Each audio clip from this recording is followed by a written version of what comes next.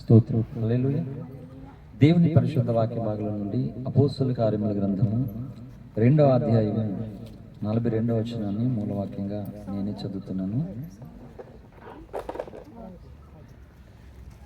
2:42. వీరు అపోస్తలుల బోధయందును సహవాసమందును రొట్టె విరిచెడి అందును ప్రార్థన చేయటి అందును ఎడతెగక ఉండిరి. ఈ పరిశుద్ధ వాక్య భాగంలో దేవుడు మన వెనుకడులో ఆశీర్వదించును గాక. ఆమె. చిన్న మాట ప్రార్థన చేసుకుందాం. స్తోత్రం నాయనా, ప్రేమ కలిగిన తండ్రి, మీకు వందనాలు స్తోత్రాలు చెల్లిస్తున్నాం అయ్యా తండ్రి. నీ మహాకృప చేత అంబేద్కర్ కోనసీమ జిల్లా కార్తీకోణ మండలం కొండేశ్వరంలో అయ్యా మా ప్రియులు సహోదరుల ద్వారా అయ్యో గోరి సిస్టర్ గారి ద్వారా మరి తండ్రి కుటుంబం దగ్గర సోదరుడి కుటుంబం దగ్గర మీరు ఏర్పాటు చేసినటువంటి కూడుకును పెట్టి నీకు స్తోత్రములు.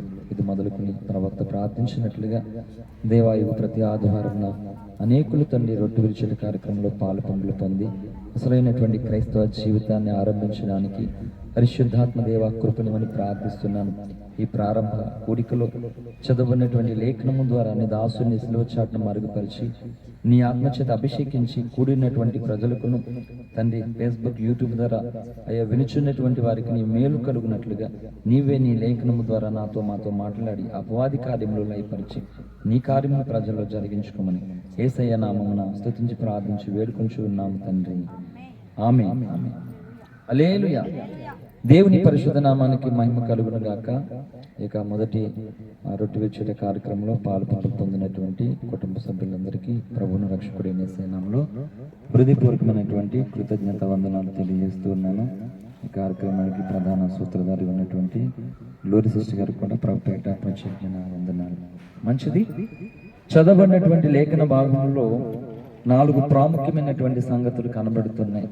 కానీ పరిశుద్ధాత్మ దేవుడు నాకు ఇచ్చినటువంటి ఆలోచన మేరకు 2వ సంగతి అయినటువంటి సహవాసం అనేటువంటి ఆ మాటను మనం ఈ మధ్యాహ్న కాల సమయంలో సాయంత్రం వేళ మనం ధ్యానం చేసుకుందాం. హల్లెలూయా. ఇక్కడ అపోస్తలుల బోధ అని ఉంది, అలాగనే సహవాసం రొట్టె విరిచెడ ప్రార్థన చేయట కనిపెట్టి ఇందులో 2వది మాట అయినటువంటి సహవాసమందు అనేటువంటి మాటను అండర్లైన్ వేసుకున్నాను. అంటే అపోస్తలుల యొక్క సహవాసం చేయడానికి ప్రభువారు మనల్ని పిలుస్తూ ఉన్నాడు, మనల్ని ఏర్పాటు చేసుకుని ఉన్నాడు. హల్లెలూయా. సహవాసం అనేది దేవుడు మానవాళ్ళతో సహవాసాన్ని ఏర్పాటు చేసుకోవడానికి ఇష్టపడుతూ ఉన్నాడు. నిజానికి ఒక ధనవంతుడు పేదవారితో సహవాసం చేయడానికి ఇష్టపడడు. ఒక రాజు రోడ్డు మీద ఉన్నటువంటి ఒక బెగ్గర్తో సహవాసం చేయడానికి ఇష్టపడడు. కానీ ఈ సకల బ్రహ్మాండమును కలగజేసినటువంటి దేవుడు మానవాళ్ళతో సహవాసం చేయడానికి ఇష్టపడుతూ ఉన్నాడు. హల్లెలూయా. అందుకని క్రైస్తవ జీవితంలో మనము రక్షింపబడి సంఘంలో చేర్చబడినటువంటి మనము ప్రత్యేకంగా ఒక సహవాసాన్ని మనం కలిగి ఉండాలి. ఆ సహవాసము ఎలా కలిగి ఉండాలంటే దేవునితోనే సహవాసం కలిగి ఉండాలి.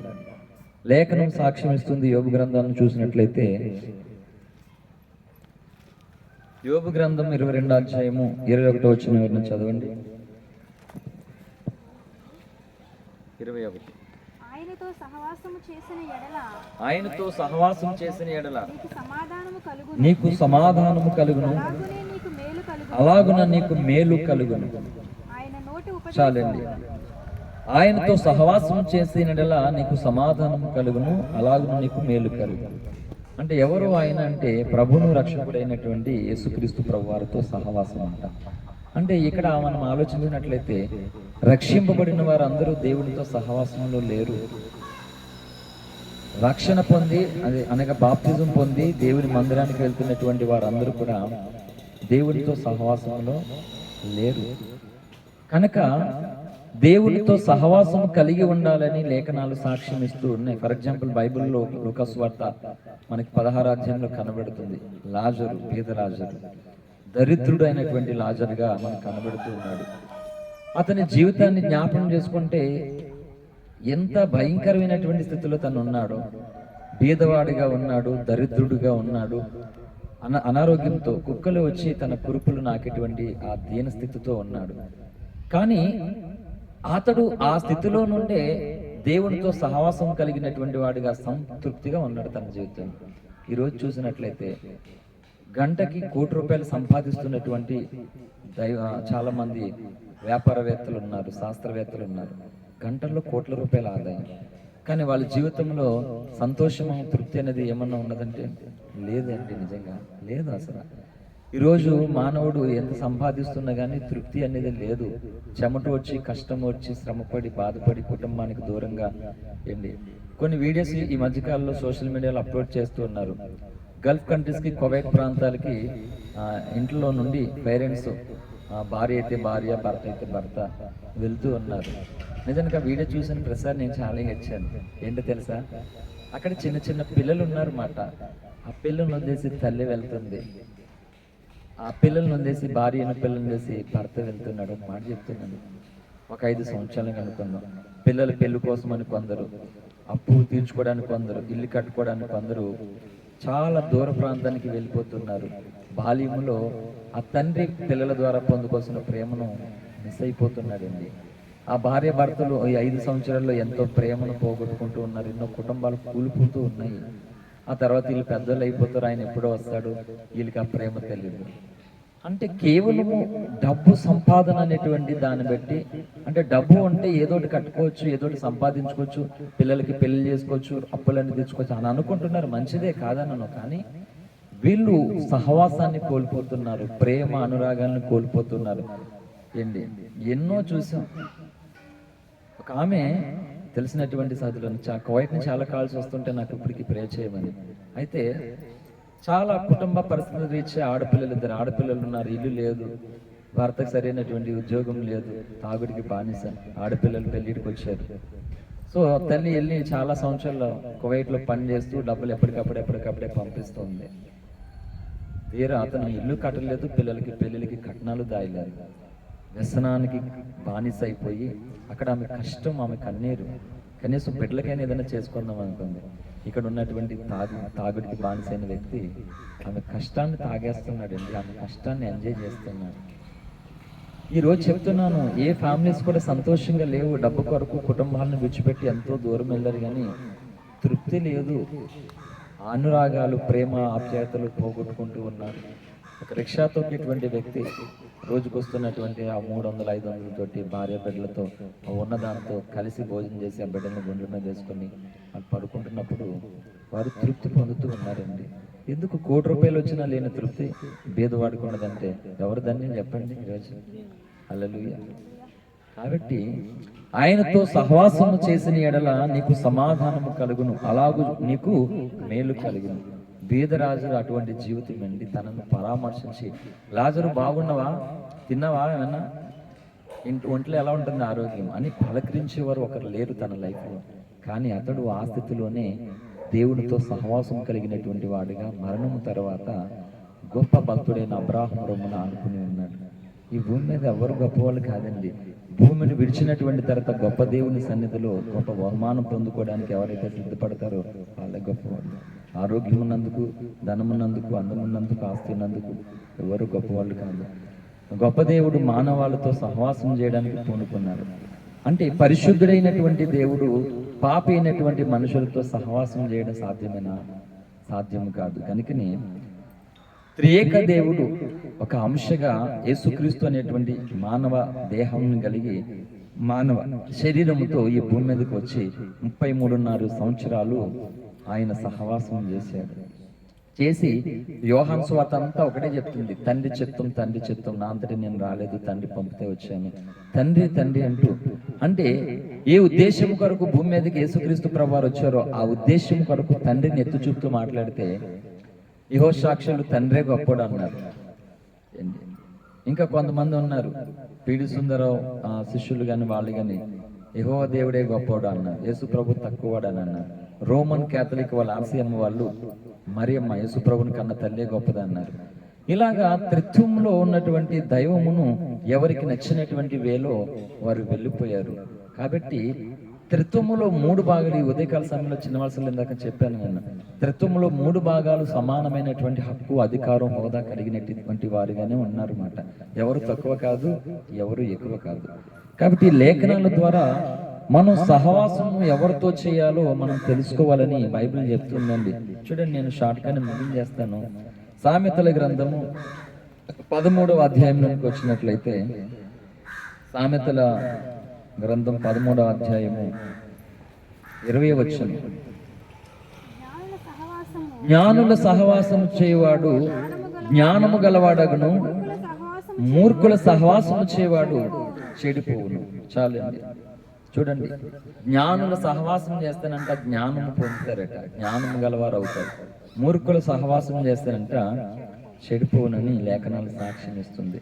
మరి ఎవరు జ్ఞానులు, ఎవరు మూర్ఖులు? అంటే మన ఆత్మీయ జీవితంలో దేవుని తత్వమును, దేవుని ఆలోచనను ఎరిగినటువంటి వారుగా అడుగులు ముందుకు వేయబడేటువంటి స్నేహము మనకి జ్ఞానుల సహవాసం. మన ఆత్మీయ జీవిత యాత్రలో మన అడుగులు వెనక్కి వెళ్ళిపోతూ సిలువను చూడకుండా, సిలువలో వేలాడుతున్నటువంటి యేసుని చూడకుండా వెనకడుగు వేసేటువంటి సహవాసం, స్నేహము, అన్ని బంధాలు అవి మనకి శాపమును మిగిలిస్తే, నష్టాన్ని కలుగజేస్తాయట. హల్లెలూయా.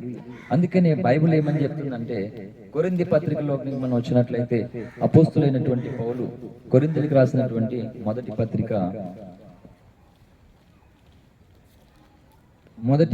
మొదటి అధ్యాయం 9వ వచనం.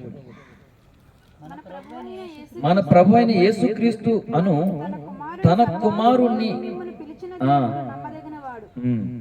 సహోదరులారా, మీరందరూ ఏకభావముతో మాట్లాడవలనని. చాలండి. ఇక్కడ ఏం చెప్తున్నాడు? మన ప్రభు అయిన యేసుక్రీస్తు అను తన కుమారుణ్ణి, అంటే తండ్రి చెప్తున్నటువంటి మాట. అను తన కుమారుణ్ణి అంటే యేసుక్రీస్తు ప్రభు అని తన కుమారుని సహవాసమునకు మిమ్మును పిలిచిన దేవుడు నమ్మదగిన దేవుడు. అంటే తండ్రి అయినటువంటి దేవుడు తన కుమారుడైనటువంటి యేసుక్రీస్తు ప్రభు వారితో మనం సహవాసం కలిగి ఉండడానికి భూమి మీద ఉన్నటువంటి మానవులందరినీ పిలిచాడు. ఆ పిలిచినప్పుడు మానవులు మత్తయి సువార్త 11:28 ప్రకారముగా రకరకాల భారముతో ఉన్నారు. అందుకే భారం మోసుకుని పోతున్న సమస్త జనులరా నా యొద్దకు రండి, మీకు విశ్రాంతినిస్తానని చెప్పాడు దేవుడు. హల్లెలూయా. విశ్రాంతి లేదు మానవునికి. రోజు ఒకటి కాకపోతే ఇంకొకటి కావాలి. అందుకే భూమి మీద మానవుని ఆశాజీవి అన్నారు పెద్దలు.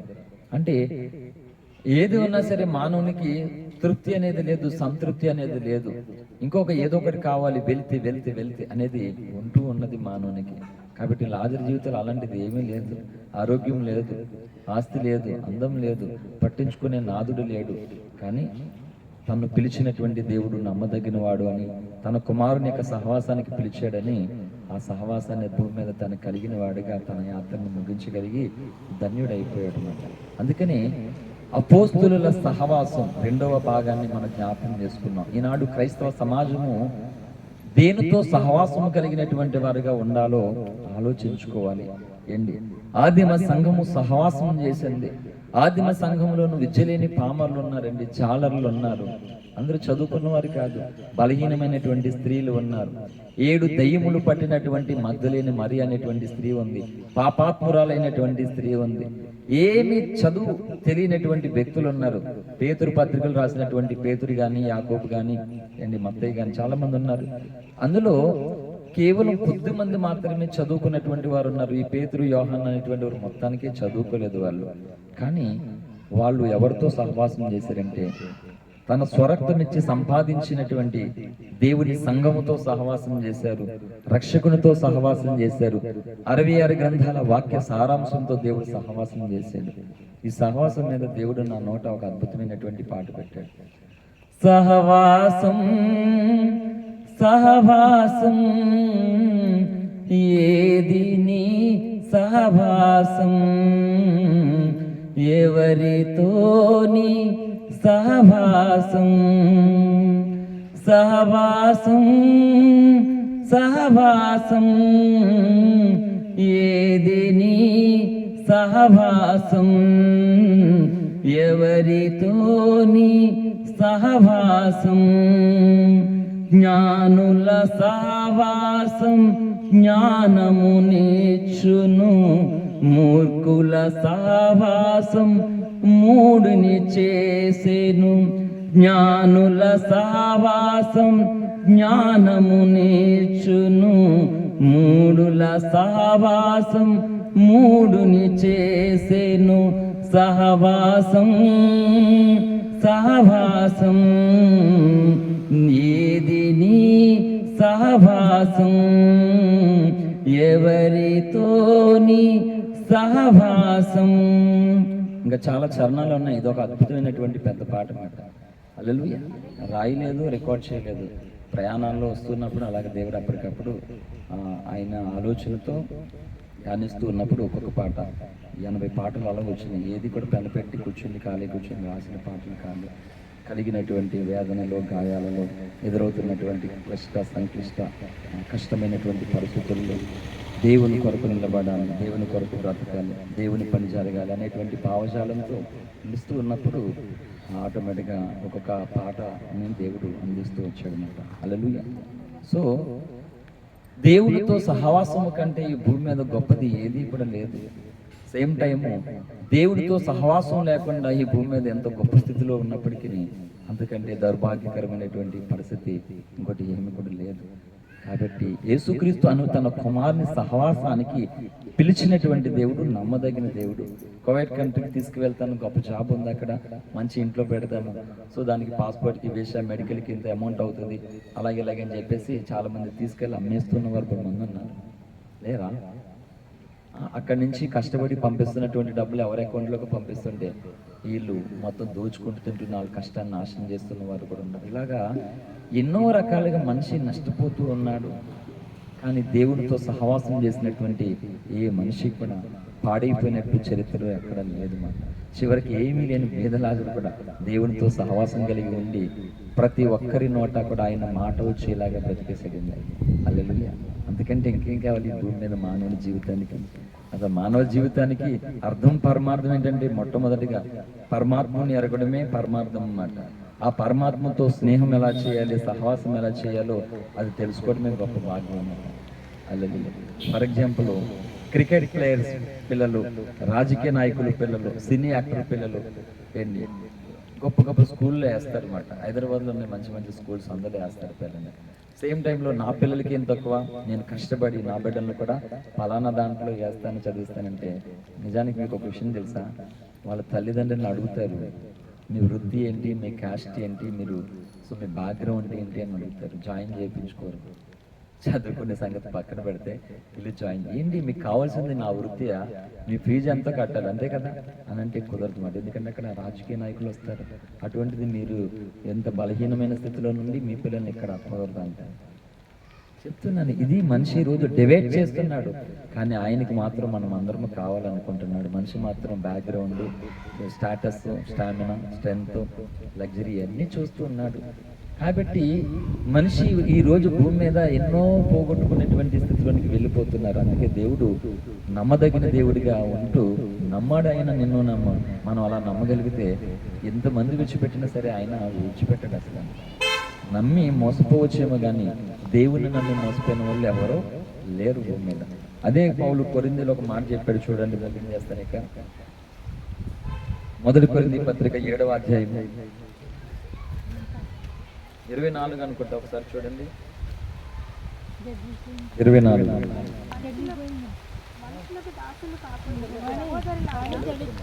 సహోదరులారా, ప్రతి మనుషుడు ఏ స్థితిలో పిలువబడునో ఆ స్థితిలోనే దేవునితో సహవాసం కలిగి ఉండవలెను. సహోదరులారా, ప్రతి మనుషుడు ఏ స్థితిలో పిలువబడునో ఆ స్థితిలోనే దేవునితో సహవాసం కలిగి ఉండవలెను. హల్లెలూయా.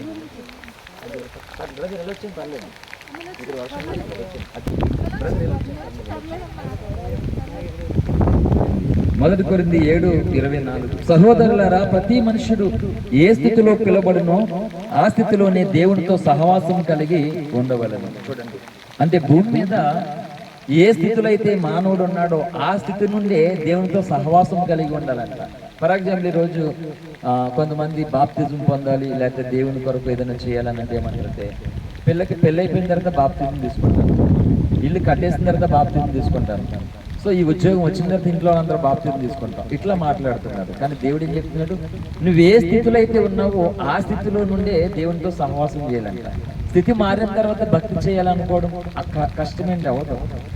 మన స్థితి మారిపోయిన తర్వాత ఏదో చేయాలనుకుంటే సాధ్యము కాదు. ఉన్న స్థితిలోనే, ఉన్న పరిస్థితుల్లోనే, ఉన్న ఇబ్బందుల్లోనే, ఉన్న కష్టాల్లోనే మనం భక్తి అనేది చేస్తున్నప్పుడు, దేవునితో సహవాసం చేస్తున్నప్పుడు దేవుడు మనల్ని దీవిస్తాడట, ఆశీర్వాదం చేస్తాడట. హల్లెలూయా.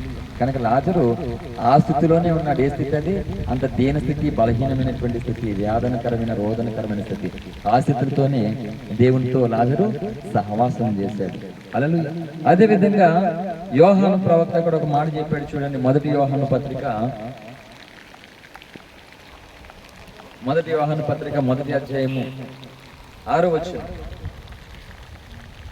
ఆయనతో కూడా సహవాసము గలవారమని చెప్పుకొని చీకటిలో నడిచిన ఎడల మనం అబద్ధమాడుచు సత్యమును జరిగింపకుందుము. చాలండి. ఆయనతో కూడా సహవాసము గలవారమని చెప్పుకొని చీకటిలో నడిచిన ఎడల మనం అబద్ధమాడుచు సత్యమును జరిగింపకుందము. అంటే దేవునితో సహవాసం చేసి మనం చీకటిలో ఉండకూడదంట. వెలుగైనటువంటి దేవుని యొద్దకు వెలుగును ప్రకటించే వరకు ఆయన సాక్షిగా బ్రతకాలని లేఖనాలు సెలవిస్తుంది. అదే విధంగా అక్కడే యోహాను పత్రిక మొదటి అధ్యాయం 3వ వచనం. మాతో కూడా మీకును సహవాసం కలుగునట్లు మేము చూసిన దానిని, వినిన దానిని మీకు తెలియజేయుచున్నాం. మన సహవాసం అయితే తండ్రితో కూడాను, ఆయన కుమారుడైన యేసుక్రీస్తుతో కూడాను ఉన్నది. హల్లెలూయా. చూడండి, సహవాసం లేఖనాలతో, తండ్రితో, పరిశుద్ధాత్మతో సహవాసం కలిగి ఉన్నదని లేఖనాలు సాక్ష్యం ఇస్తూ ఉన్నాయి. హల్లెలూయా. కాబట్టి దేవుడు ఈ మొదటి కూడికలో మనతో అపోస్తుల సహవాసాన్ని గురించి మాట్లాడుతున్నాడు. ముగిస్తూ ఉన్నాను, బైబిల్ క్లోజ్ చేసుకోండి. చివరి మాటలు చెప్తున్నాను. హల్లెలూయా. అందుకనే ఆదిమ సంఘమును దేవుడు బ్యాగ్ కూడా తీసుకొచ్చాను.